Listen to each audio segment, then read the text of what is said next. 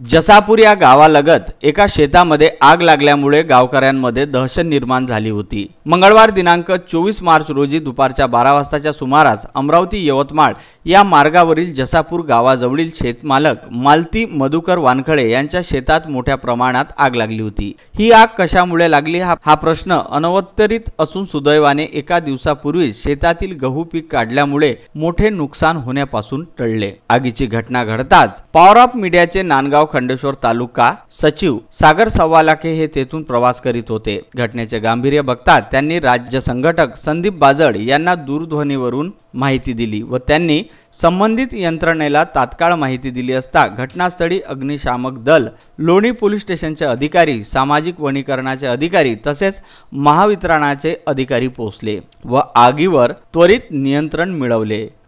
पत्रकार सागर सव्वालाखे यांच्या समयसूचकतेमुळे मोठा अनर्थ होण्यापासून टळला। नांदगाव खंडेश्वर येथून उत्तम ब्राह्मणवाळे व सागर सव्वालाखे।